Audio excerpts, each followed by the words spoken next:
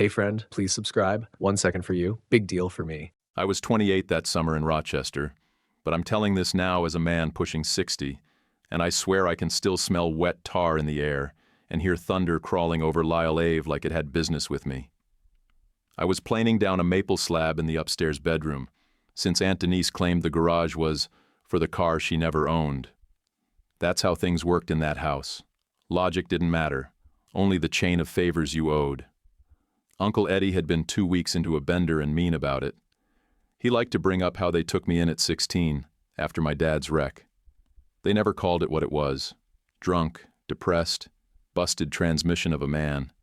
They just said breakdown, like a part failed, and nobody had to blame anybody. I'd only come back to Denise's for a short stretch. 6 months max. Enough time to stack cash, pay off a couple bills, rebuild my tools after a drywall job dried up in Syracuse. It was supposed to be temporary. I told myself that every single night. Before we dive in, drop your city or country in the comments. Let's see where everyone's tuning in from. Thanks, and let's begin. Then Cole Calder walked in. Denise's cousin, fresh out after 3 years upstate for what he called nonsense with a snowblower and a cop's fence.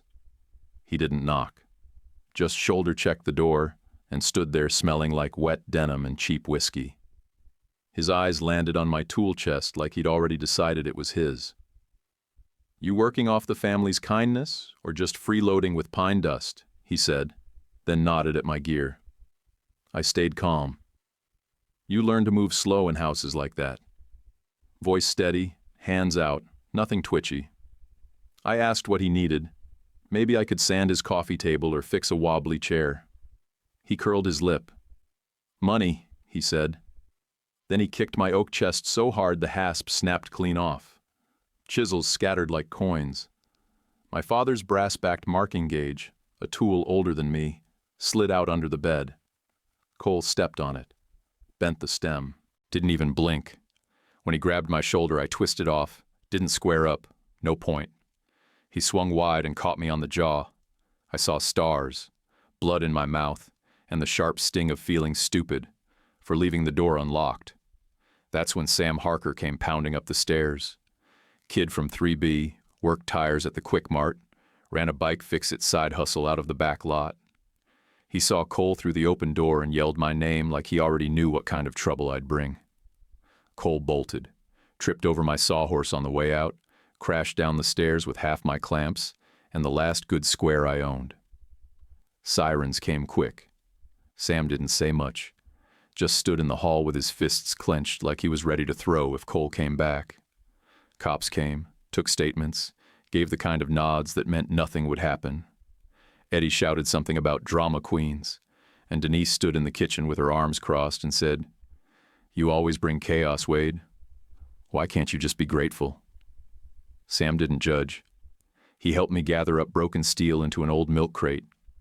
Said there was a guy on the community board selling tools for cheap and a hostel on North Clinton that didn't mind night workers. I left a note. Thanks for the couch. Packed my dad's busted suitcase and the bent gauge. Rain hit the sidewalk as I stepped out, and I said, out loud like a fool, that the next roof over my head was going to have my name on the lease. The morning after I left Denise's, I checked into the Clinton Street hostel with a folded 20 from Sam and a face that still throbbed when I shaved. They put me in a bottom bunk near the boiler room, loud pipes, thin mattress, one working outlet. The place smelled like mop water and burnt toast, but I didn't care. I had my suitcase, a busted spirit level, and 2 pairs of jeans. That was enough. By the second night, I set up a tiny bench in the bike storage shed, scrap wood stacked on plastic crates, planing in a fog of rubber dust and chain oil. The hostel manager found me in there, arms covered in shavings, and just said, "Pay your week and don't burn us down." That was permission enough. Sam picked me up that Saturday for a church rummage sale on the west side. He was humming some tune off the radio and sipping gas station coffee like it was champagne. I spent $26 on a beat-up No. 5 hand plane, a half-rusted set of Irwin bits, and 3 clamps that didn't match each other. Sam held up a handsaw with a cracked handle and said, "That's 10 years if you treat it right." I offered gas money. He shook his head. "Pay it forward, man," he said, and he meant it. Back at the hostel, I opened my father's suitcase again. The strap had frayed worse, and the latch squeaked like it was announcing its own failure.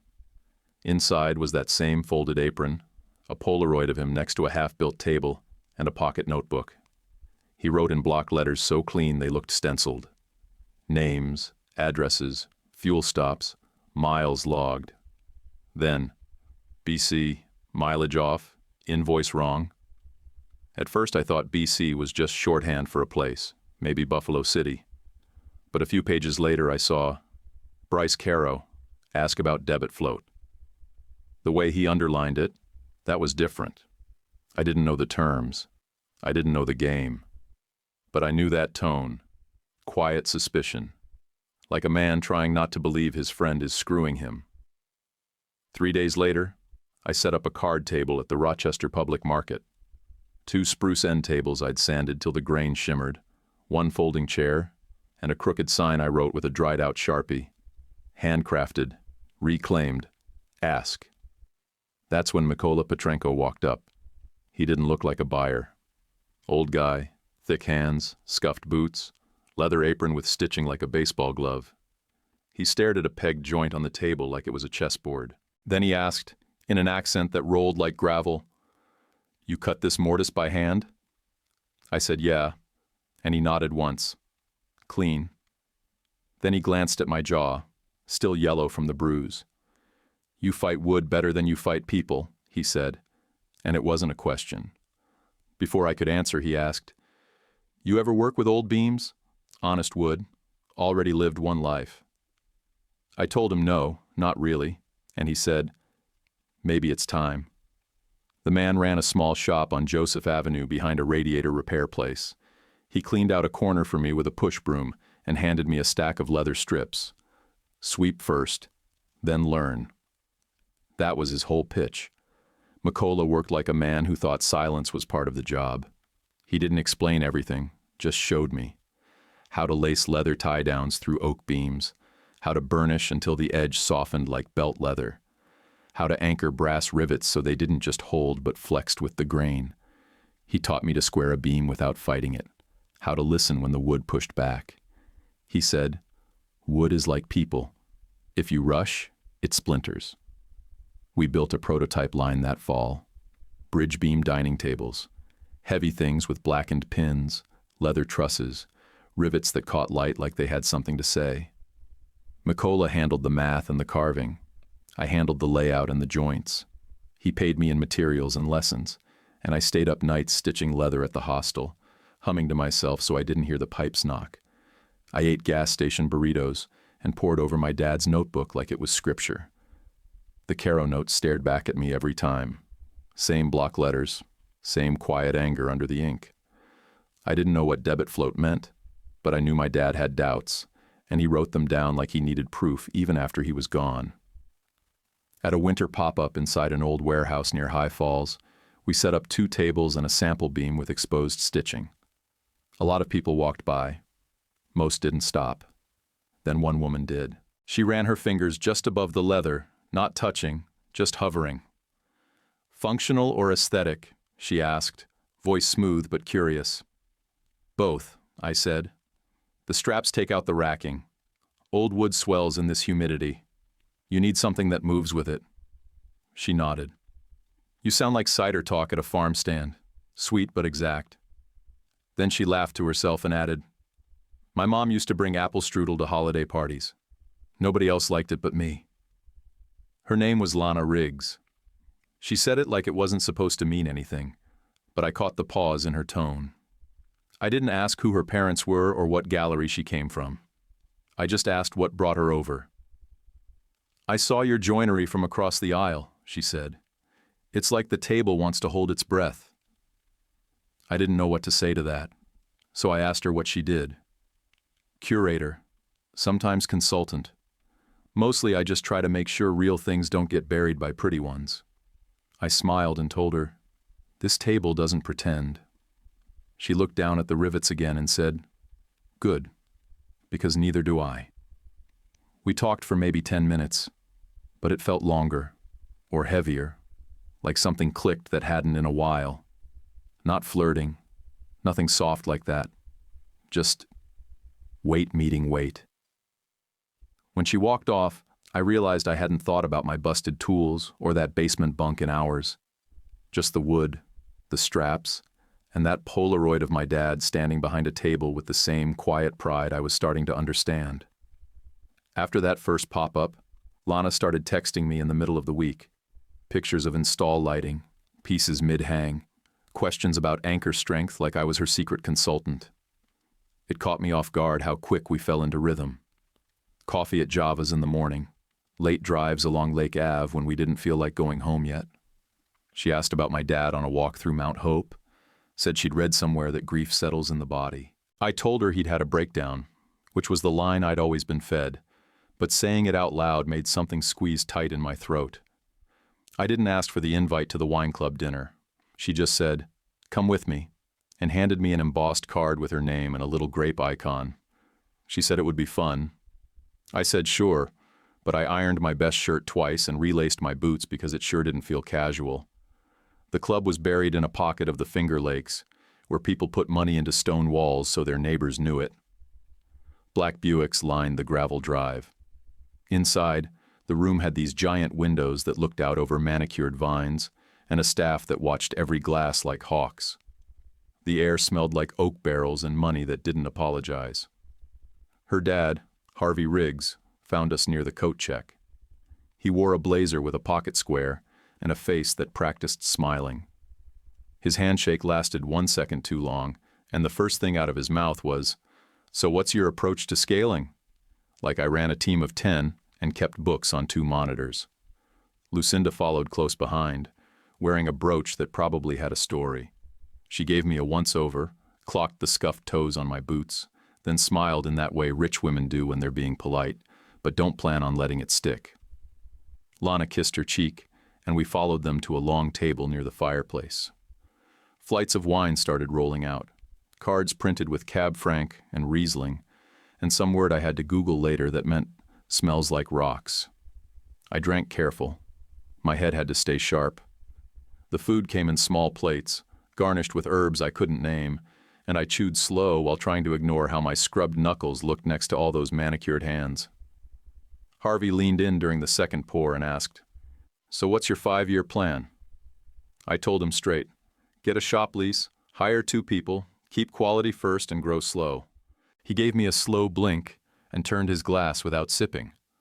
Lucinda didn't say a word to me. She just looked at Lana and asked, "Did you ever send in the gala seating chart?" Right over my head like I was invisible, and she wasn't even trying to hide it. Lana's hand found mine under the table right as the first real blow landed. Harvey looked at me and said, "Art is charming, Wade, but providing is serious.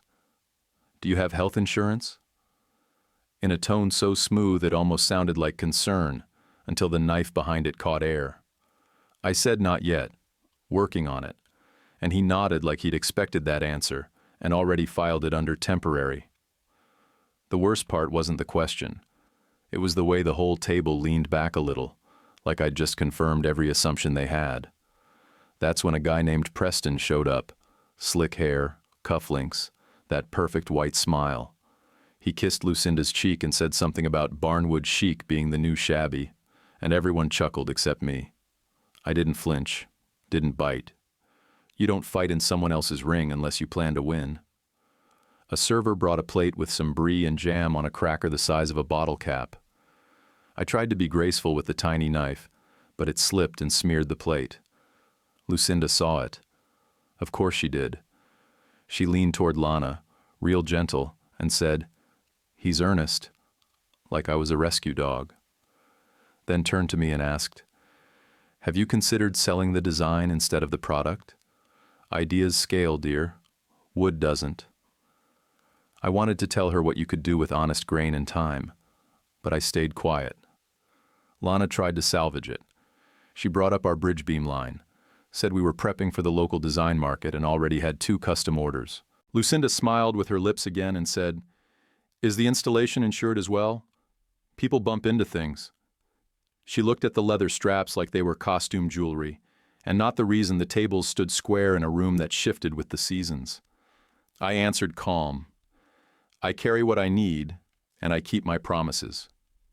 Harvey gave me a nod, the kind you give a kid who says he'll mow the lawn on time, and something old and hot started boiling in my chest, the same feeling I had the day Cole stepped on my father's gauge. That heat had a taste, like pennies on the back of your tongue. By the time we got to the parking lot, Lana let out a breath like she'd been holding it since the appetizer. They were rough. I'm sorry, she said. It's not on you, I told her. People show you who they are when they think they're safe. She didn't say anything right away. Then she looked over at me in the passenger seat and said, You kept your head. I'm not soft, I said. I'm stubborn. There's a difference. She smiled a little. There is. You didn't flinch once. Because I've learned to eat with people who think the table's theirs, I said, and the words came out so clean I didn't have to explain them. We drove back to Rochester in silence for a while. Then she asked what I would have said if I'd answered Lucinda's question, about selling design instead of wood. I'd have said that wood remembers, I told her. You can't license that. She looked out the window, then said, Good answer. Real soft, like she wanted to remember it later. We got back to her place and didn't talk much more.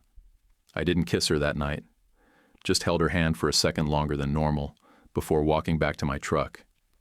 In the rear view, I saw her standing there watching me drive off. And for the first time since I'd come back to Rochester, I didn't feel like I owed anyone an apology just for being in the room. The folder Lucinda brought was white, crisp, and thick, like it came from a lawyer's shelf. She showed up at McCullough's on a Wednesday morning, all pearls and silk scarf, like she was touring a vineyard and not a working shop that smelled like walnut oil and glue. She smiled like she'd rehearsed it in the mirror, then slid the folder across the workbench and said she wanted to understand the business before the upcoming design market. Inside were printed invoices, 3, maybe 4, each with my name, fake letterhead, and signatures I didn't recognize. The dates were off. The work wasn't mine. One of the pieces listed was a live edge countertop, and I hadn't touched one of those since the apartment remodel in Syracuse, long before Lana. I flipped through the pages while she watched, and when I looked up, she was still smiling. A collector from the club flagged them, she said, like she was doing me a favor. I didn't blink. These are fake. Lucinda didn't argue. She just tilted her head slightly and said, Wade, men in our circle don't keep secrets. That was the whole move. Pressure without shouting, threat without teeth showing. I closed the folder and handed it back across the bench. We're not in the same circle, I said, and turned away like the conversation was over. Because it was. That night, Lana texted. Said a donor wanted to meet her at a gallery off East Avenue. I stared at the message for a while. I hated that word. Donor. It always sounded like someone dangling a check with one hand and a collar with the other. But I told her to go. I told her I'd never be the guy who stood in the way of her work. I needed to return a set of clamps anyway. Old pipe-style ones a guy from the community board lent me, and his place was just a few blocks over. I cut through the alley behind the gallery. It was already dark, rain spitting, and the loading dock door was cracked open. Light spilled through the gallery window. That's when I saw her.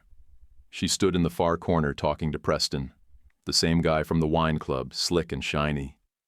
He had a glass of wine in one hand, and that same smug angle in his posture like he was born believing nothing could touch him. Then he reached out, laid a hand on her shoulder, and leaned in close. I told myself to walk around front, give her the benefit, ask like an adult. But my boots stayed nailed to the wet asphalt, and when she didn't move, didn't pull away, didn't step back, I felt something inside me drop straight through the bottom of my gut. I turned around and didn't wait for the ending. Back at the hostel, I packed up the few things I'd moved into her place. A canvas jacket, 3 shirts, the coffee mug she said made her tea taste better than mine. I set the spare key in the bowl by the door, folded the collar on the jacket like it mattered, and walked out without leaving a note. At the shop, Mikola didn't ask. He watched me drop the box on the workbench and just tapped his knuckles twice on the beam we'd been carving that week. Then he said, "Work is here. Work doesn't ask questions." That was enough. I threw myself into it. No distractions, no calls, no second guessing. Just oak, ash, walnut, glue that held under pressure, straps that locked joints tight, honest corners. Every day I told myself I'd keep my name out of the Riggs house if it meant building alone until my hands gave out. Lana didn't call that night. Didn't call the next either. 2 days later, she sent a text. It just said, "Can we talk?" I stared at it until the screen dimmed and didn't reply. Not because I didn't want to hear her voice. I did. But I knew if I did, I'd open a door I couldn't close again. After that, nothing. No more messages, no gallery invites, no mention of the market. Just silence. And the thing about silence is, the longer it stays, the more it stops feeling empty and starts feeling like a place you live in. I slept on the shop floor for a while, rolled my coat under my head, and let the creaks and smells of sawdust settle into my skin. We worked through winter. We rebuilt the flagship table with tighter mortises and thicker pins. We stitched the leather into a new pattern that hugged the beams like tendons. Some mornings I'd catch myself staring at the edge of the bench, wondering if she ever told Preston to back off, or if I was just another tool she borrowed when it fit her image. I hated that thought. I hated how fast it lived in me. One night Mikola said, "You look at your work like it owes you something." He wasn't wrong. I'd stopped carving with patience. I just pushed through the grain until it gave way. But eventually, the heat in my chest cooled. My hands remembered their rhythm. The straps started looking like they belonged again. And the quiet. Well, it did what quiet always does. It taught me how to live without explaining. 6 years later, Mikola and I ran a tighter shop. The air smelled like lemon oil and grit, the kind that only comes from wood shavings and the inside of your knuckles staying raw. We finished our newest bridge beam table in mid-October. Solid white oak top, mortised ends, leather trusses stitched into the underside like ligaments. Brass rivets lined up in sets of 4, each one hammered down until they looked like they'd been holding something together since before I was born. People at the preview ran their fingers over them like they were touching small suns. The warehouse market gave us a decent corner spot near the loading dock. I paid extra for a vinyl banner, white letters on black, Carter and Petrenko, reclaimed tables, honest straps. We hung it with grommet clips I drilled myself. I also spent the last of the season's budget on a dolly that rolled true and didn't wobble like the one we'd borrowed for 3 years straight. That felt like a win. Still, the weight never really left. That folder Lucinda dropped off 6 years back had lived in the bottom of my thoughts ever since. Fake invoices, her smile, the way she leaned on that phrase, "Men in our circle don't keep secrets," like she'd tattooed it on the inside of her mouth. But what replaced it was worse. A manila envelope, mailed from a downtown collection outfit I'd never heard of, with the same sponsor logo I'd seen once at their wine club, corner embossed with ivy and serif letters. Inside, a stamped red past due notice for work I never quoted, never built, never got paid for. The name on it wasn't random. It was targeted. And I knew it. I went straight to the bottom of the shop storage shelf where my dad's suitcase sat under a pile of shop rags and old blades. The strap was still busted, but the lock clicked open like it knew why I came. I took out the notebook and flipped straight to the page. BC, mileage off, invoice wrong. Then drove over to Park Avenue, to a little brick office between a tax prep place and a nail salon, where Elliot Keller still practiced law. Elliot had been my father's corporate counsel back when they had something worth calling a company. Now he handled bankruptcy filings and probate for folks who couldn't afford to die clean. He looked up over his glasses and said, "You look like your old man, just a little meaner." I handed him the notebook and said, "I think he wrote this before the crash." He flipped through a few pages, then tapped the one that mattered. BC Bryce Caro? I nodded. What makes you think this connects to the accident? He asked. I told him what I'd always been told. The car conked out on the thruway. My dad never made it home. The engine failed. They called it a breakdown, like a damn fan belt snapped and he just rolled to a stop. Elliot leaned back in his chair, drumming his fingers on a yellow legal pad. Service reports tell the truth even when people don't, he said. If something smelled off, he put it in writing. That was his way. He asked if he could keep the notebook, dig around a little. No promises, he said, just a laboratory of facts. I gave him the green light because facts beat fists, and I'd been swinging in the dark long enough. 2 days before the market, another envelope landed on my workbench. No return address, just the same red-stamped language. Notice of default. Different company name. Another one I didn't recognize. Elliot took one look and said, "They're trying to salt the ground, shut you down before you even show up." I didn't complain, didn't cuss, just nodded, rolled my sleeves, and told Makola we were still going. I'd smile, sell, and answer every question like I didn't know someone was out there hoping I'd fold. Makola didn't say anything. He just walked over to the scrap leather bin, cut a thick strip, and handed it to me. "For your pocket," he said. "Rub it when your jaw goes tight." That night, Sam Harker stopped by the shop with a tray of coffees and a dusty canvas roll tucked under one arm. "Found these on the community board," he said. "Guy clearing out his dad's shed. Said take 'em for $20. Inside were chisels. Battered, yes, but straight-backed and full of use. My throat closed up. I nodded once and started unrolling them on the bench. Sam leaned against the doorway like he had nowhere else to be. "You know," he said, "the old man who took care of me at the bike stand? He didn't have to." He looked down at the chisels and then back at me. "That old man was you, Wade. Still is." I didn't know what to say to that. My hands found a 2/8 paring chisel and traced the edge with my thumb. I didn't need a speech. That moment said everything. The night before the market, I stayed late in the shop, sharpened every blade I had, ran the strop until the edges whispered. I wrote prices on thick craft tags with no apologies, no suggested anything, just numbers. I wiped down the leather tie-downs with a bit of warmed oil until they looked like confidence, then packed everything with the care of someone who knew exactly how close he'd come to losing all of it. Before I left, I folded the leather strip Makola gave me into my pocket. Not for luck, for memory, for pressure, for whatever was coming next.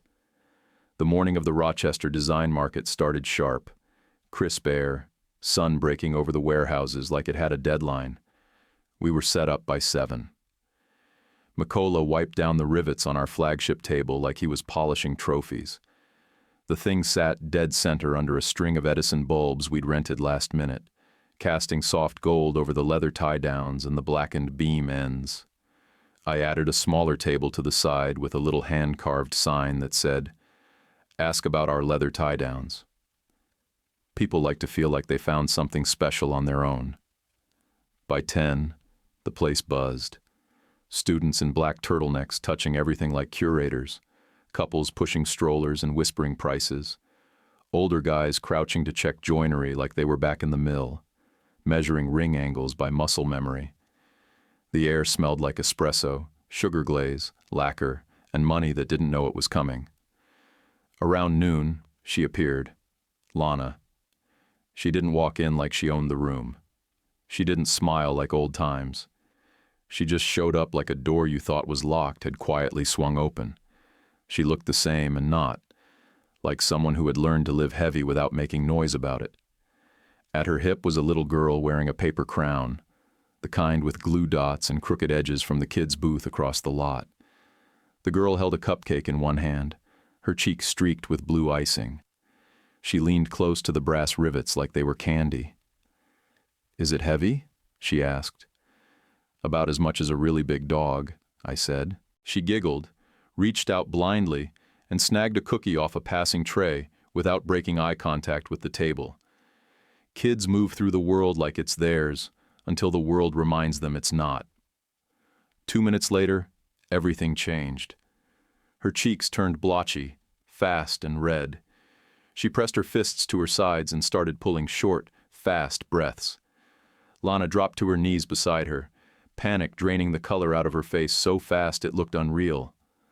Mikola froze mid-laugh across the aisle. I didn't think. I yelled for help, loud enough that heads turned. I waved both arms like I was flagging a lifeguard, and the on-site nurse, a young woman with a crossbody kit and no hesitation, ran over fast. I dropped to the pavement beside them and kept Amy, I would learn, talking about her crown while the nurse worked. "Did she eat anything with nuts?" the nurse asked. Someone behind us shouted, "It was almonds! The tray with the shortbreads!" A man held up an empty plate, paper liner still stuck with tiny almond slivers. The nurse gave her antihistamine from a preloaded injector, then held Amy's wrist and timed her pulse against her phone. "She's stabilizing," she said, glancing at Lana. "But follow up with your pediatrician and get an EpiPen prescribed.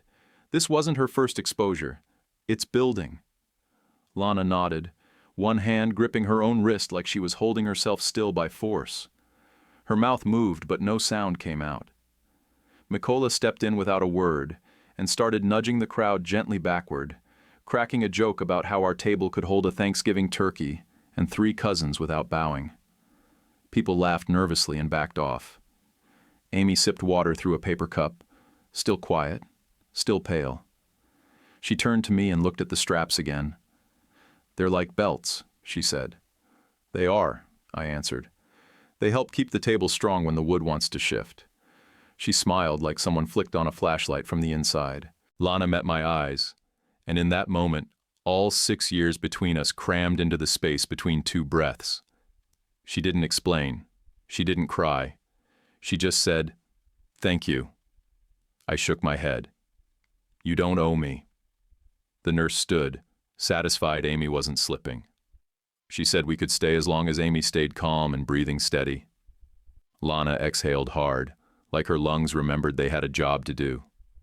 My knees were locked, but I stood. The crowd thinned. The corner got busy again. Maybe people were curious. Maybe they wanted to see the table that stood square even when life didn't. I kept talking about joinery and the way leather acts like a ligament, moving with the wood instead of against it. I showed them rivet spacing, grain orientation, everything they wanted to know. But in the back of my mind, all I could hear was Amy's voice. "They're like belts." Every 5 minutes or so, I'd glance at her.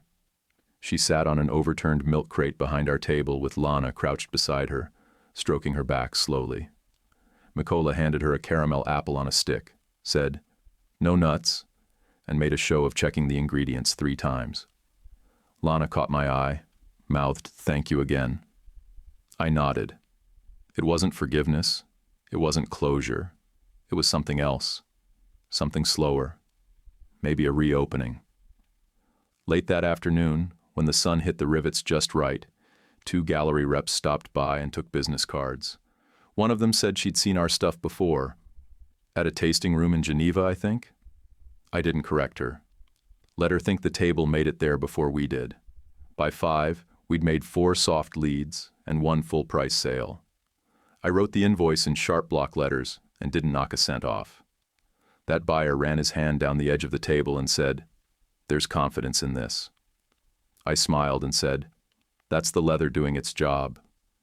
When the crowd died down, Mikola leaned toward me and said, "She named the girl Amy." "Yeah," I said, "she did." He didn't push, just tapped the bench lightly with his knuckle and said, "Good name. Strong." That night, I stayed behind to pack up the dolly and cover the banner with plastic. The leather strip Mikola gave me was still in my pocket, warm from hours of thumb pressure. The market lights flickered, then went out. I looked over at the bench where Amy sat earlier and ran my hand along the rivets one last time. The table held.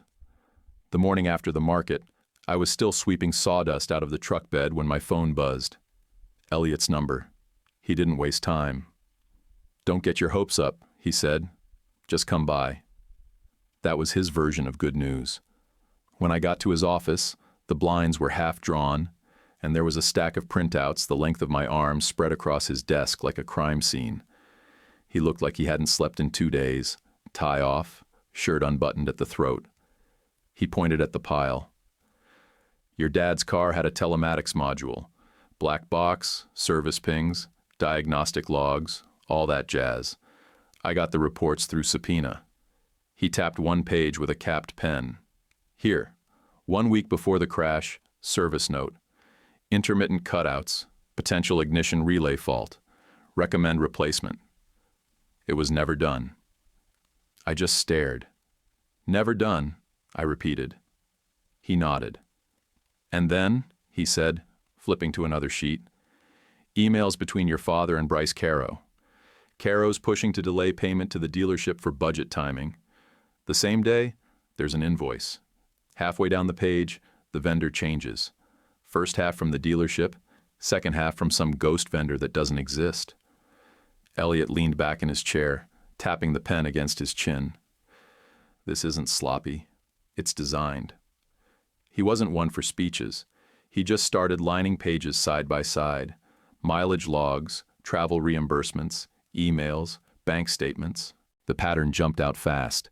Miles that didn't match trip sheets, nights billed to hotels 2 cities apart, service appointments marked complete, but never performed.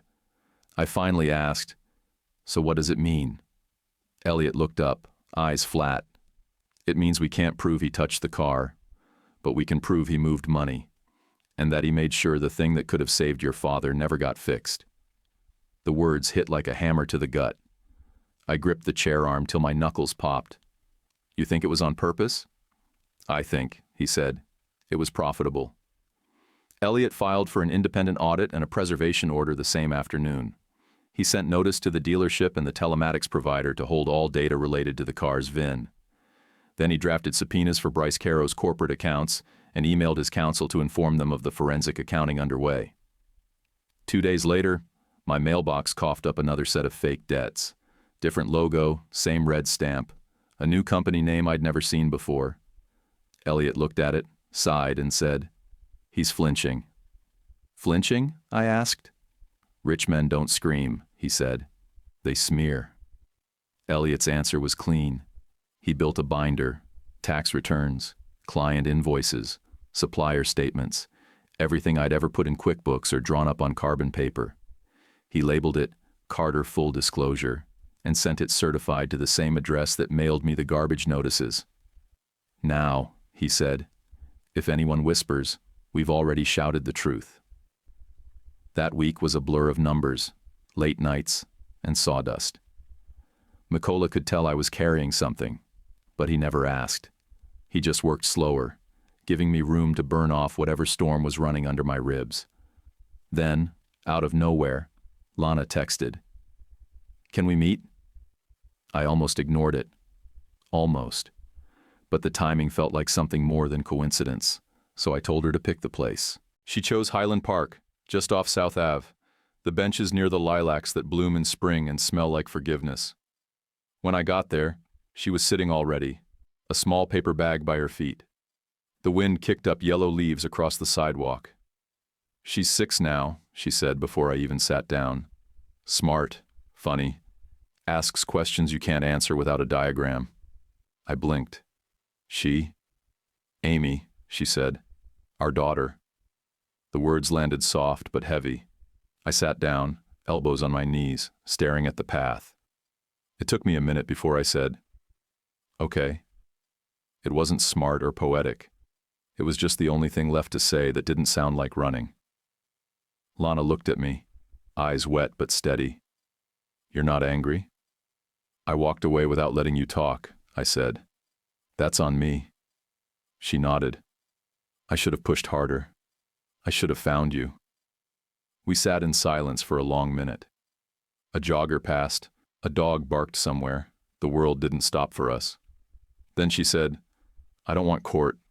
I don't want drama. I just want what's right for her. Then we do it like adults, I said. No fights, no lawyers, just honesty. I'm in. Lana's hand twisted the paper bag open, pulled out a small red apple, and held it toward me. "She likes these," she said. "Won't eat the green ones." I took it, bit once, and said, "Smart kid." "Yeah," she said, smiling small. "She is." Before I left, I told her, "Providing's serious. I don't take that lightly." "I know," she said. "That's why I told you." On the drive back to the shop, the sky went from gold to bruised gray. I stopped at a farm stand on Clover, grabbed a bushel of mixed apples, Honeycrisp, Northern Spy, whatever looked honest, and set it on her stoop that night. On top, a folded scrap of paper for the strudel conversation. W. Then I got back in my truck, started the engine, and sat there a while with my hands on the wheel. For the first time in years, I didn't feel like I was chasing ghosts. I just felt ready to keep showing up. The audit Elliot kicked off wasn't loud. It didn't need to be. It was precise, like a chisel carving straight with the grain. Pages of numbers stacked in perfect rows. Expense ledgers, billing logs, contract schedules, all lined up like dovetails, neat and tight. And when something didn't match, Bryce Caro's name showed up in the margins like a watermark. Elliot kept me looped in without flooding me. One update a week. Enough to keep the pressure on, but not enough to drag me under. He'd email me, "Check page 4, or vendor swap, see column E." I'd open the file, scroll down, and there it would be. A charge moved, a part mislisted, mileage that didn't make sense. Over and over. Death by clean facts. I stayed busy. Makola and I landed 3 new commissions off the design market buzz.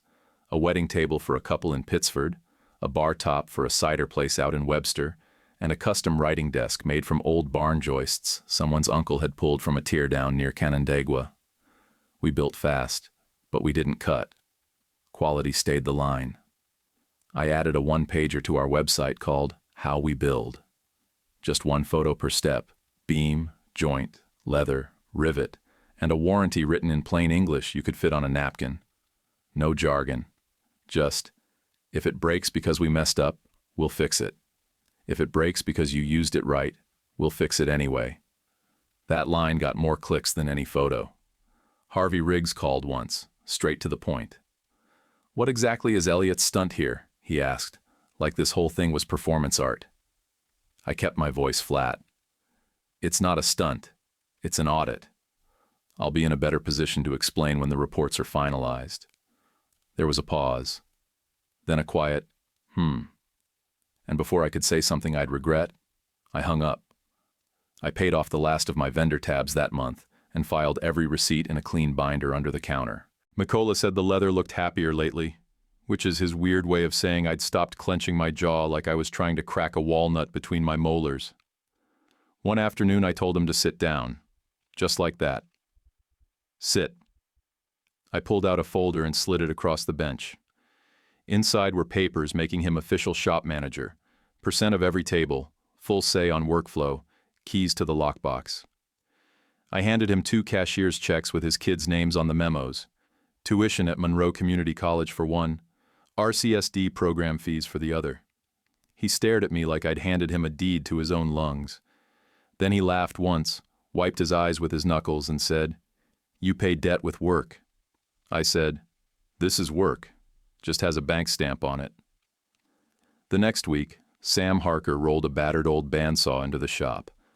Looked like something from a high school tech class in the 80s. "Storage auction," he said. "Got it for $20. Needs a new belt." "That's fine," I told him. "We've got leather." Makola grinned like a kid who just figured out how to launch bottle rockets with a wrench. That fall, I started meeting Amy every other afternoon at the playground on South Winton. Just the 2 of us. She liked the red swings and the tall slide and told stories like she was building something in her mind and letting me watch it happen. I learned she hated walnuts, still, and liked the red apples best. She called the playground guinea pig at school, the boss of everything, and said she'd name a table if I ever let her design one. Lana and I didn't push. We kept it steady. No fast promises, no overnight fixes. She stopped by the shop once when Amy was at a birthday party. Walked in like she used to, quiet but sure. She ran her hand an inch over one of the leather tie-downs, slow like that first time at the warehouse show. "Still real?" she asked. "Yeah," I said. "Still real." Later that week, Elliot emailed again. Bryce's counsel had filed a thick packet of excuses. I scanned it. 10 pages of redirection, misquotes, and tired legal gymnastics. Elliot replied with service logs, GPS pings, and a timeline so tight it looked machine-made. "Reads like a bad novel with a familiar villain," he wrote.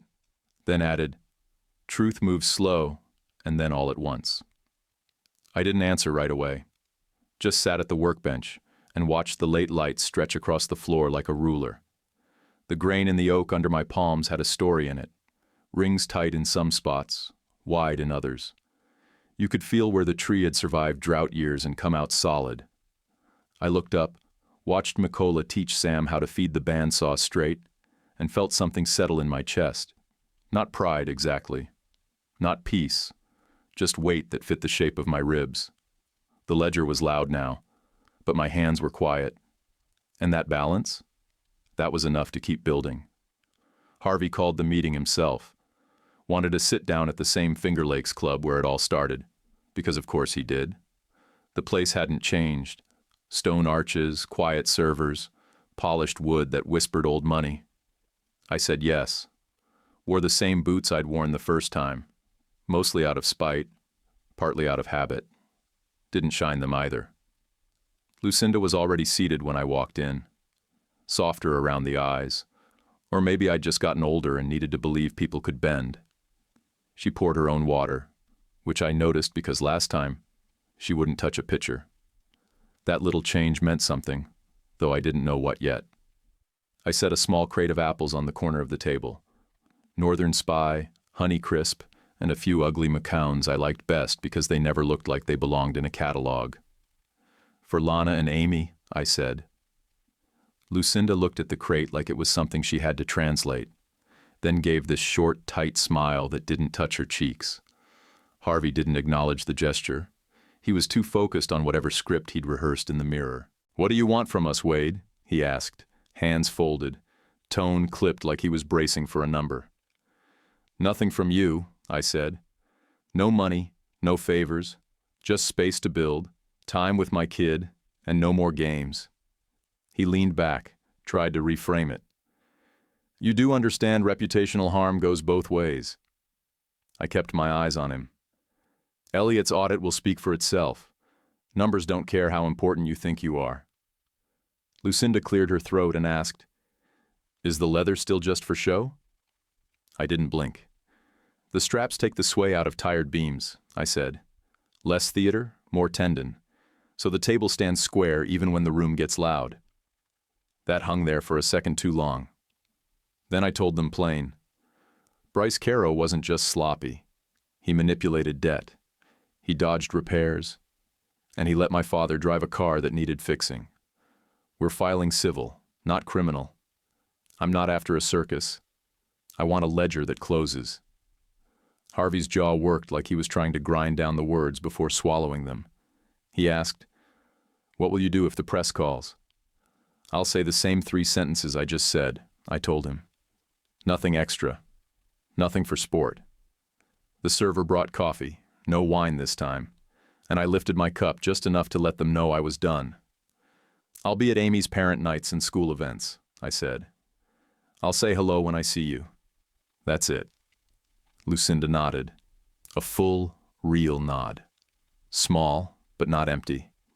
And for the first time, I believed we might get through a December without Cold War body language and passive-aggressive invitations.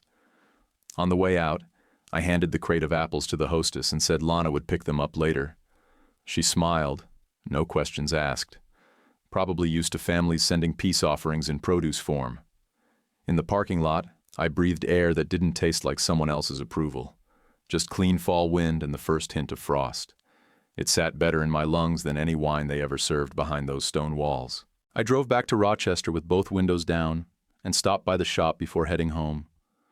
Mikola had a new strap pattern laid out on the workbench. Tighter weave, More pressure resistance, better under torsion. He looked up when I walked in, eyes sharp. "Took you long enough," he said. "Had to be said," I answered. He pointed at the leather with a pencil. "This one's going to hold tight, even if the floor shifts." I looked at the draft, lines and loops and tension points. "Good. That's what we're building for." He grinned like he already knew something had shifted before I did. The shop smelled like sawdust and cider that Sunday in late September when Amy turned 7. We cleared out the sanding station and set a new table right in the center. Ash top, wide legs, leather tie-downs polished till they caught every bit of light. Amy taped a paper runner across it, covered in crayon sketches of little beams and belts. She told me each one had a name. I didn't ask why. I just let her color. Lana brought a jug of cider and that quiet kind of laugh that felt like it used to, only slower, more certain, like both of us had finally stopped checking the exits. Sam came early and climbed a ladder like he was 20 again, hanging string lights across the rafters, grinning while he said, "Feels like a county fair in here." I told him he was just trying to impress Mikola, and he didn't deny it.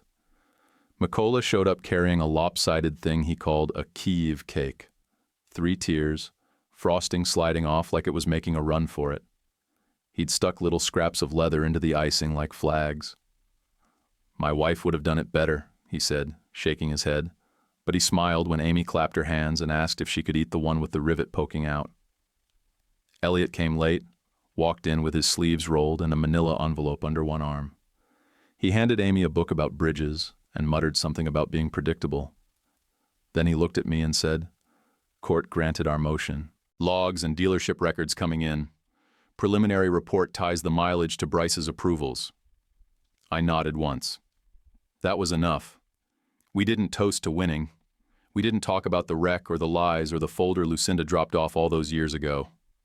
We toasted to ledgers that finally added up, to teachers who show up in hard seasons, and to a little girl who now knows how to check the ingredient list before biting into anything that looks sweet. Harvey and Lucinda arrived just before we cut the cake. They came in like people walking into a church for the first time in years, heads high but steps careful. Lucinda wore flats, which I'd never seen her do. She gave Amy a birthday card with museum stickers inside. Not fancy ones, the kind you get at the counter by the gift shop exit. Amy smiled and stuck one on her cup like it meant something. And I guess it did. I carved slices of roast on the same bench we use for clamping. Life doesn't care if the surface is meant for glue or gravy. You just make it work. We ate off mismatched plates and paper napkins with little pine trees printed on them. No one said a word about etiquette. No one cared. Sam handed Amy a little wooden toolbox he'd made himself, foam cutouts inside for a pencil, a mini square, and a small measuring tape. She opened it like it was treasure, then placed the square on the edge of her runner, the exact way she'd seen me do 100 times. I watched her line it up and thought about all the nights I could have quit, but didn't. All the mornings I woke up with more bills than orders and still walked into the shop with grit under my nails. That moment didn't erase any of it, but it made the wait make sense. After cake, Lana pulled me aside near the planer. "They're trying," she said. "My parents. They're trying." "I see that," I said. Then I looked at her and added, "I'm sorry for how I left.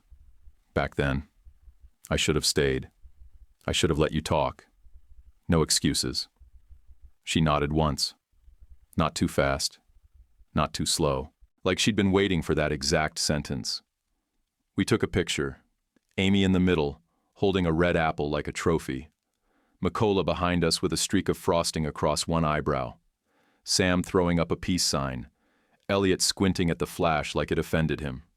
Me and Lana, shoulders not quite touching but steady. The suit against Bryce will take as long as it takes. I don't need headlines. I don't need fireworks. I just want a signed report and a check with no memo line. Just numbers, finally where they belong. Work is a long road if you do it right. The tables we make hold wait the way lives do. Old beams, new straps, tension where it counts. That night, when Amy curled up under a blanket and asked for a story, I told her about a man who kept showing up until the wood told him he'd done enough. Have you ever kept fighting for something long after everyone else would have quit? If you enjoyed this story, give it a like and subscribe. That one small click means the world to us. And if it made you feel something, leave a quick comment. Your words keep these stories alive. YouTube picked this for you. Tap it. Let's see if they guessed right.